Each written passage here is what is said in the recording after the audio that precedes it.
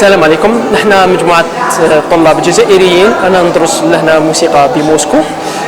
اسم الفرقة تاعنا واسمه إيكوزيوم. إيكوزيوم هي كلمة اللي تعني هي اسم الجزائر المحروسة قديما. اليوم كان لنا شرف قدمنا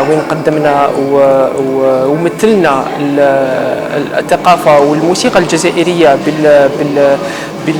بالفيستيفال انترناسيونال دي بي فرانكوفون.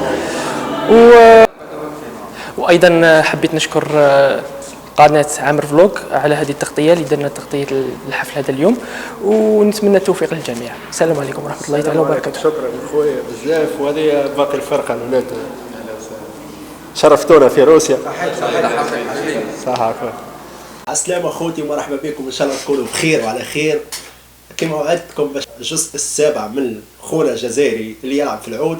اليوم مشينا صورنا الجزء السابع، معناها يعطيهم الصحة الأولاد الألجيريان اللي كانوا ملمومين الكل في الفرقة ذي.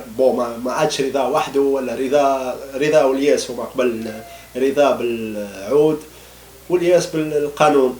تو ولات فرقة كاملة، ولوا 5 ولا 6 من الناس حاشا عينيكم. يعطيهم الصحة، برافو برافو برافو. تفرجت فيهم اليوم، أنا مشيت بالذمة عملت فيديو. إن شاء الله اليوم نهبط لكم الجزء السابع، وكان عجبكم الفيديو اعملوا لايك وكومنتير وبارتاجيو مع أصحابكم الماكسيموم.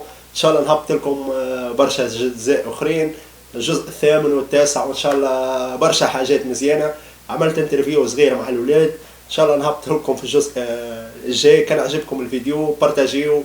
بالرسمي اليوم حسيت روحي معناها عباره في بلادنا، معناها في تونس ولا في الجزائر، ولا في معناها تحس الجو نتاع البلدان العربيه.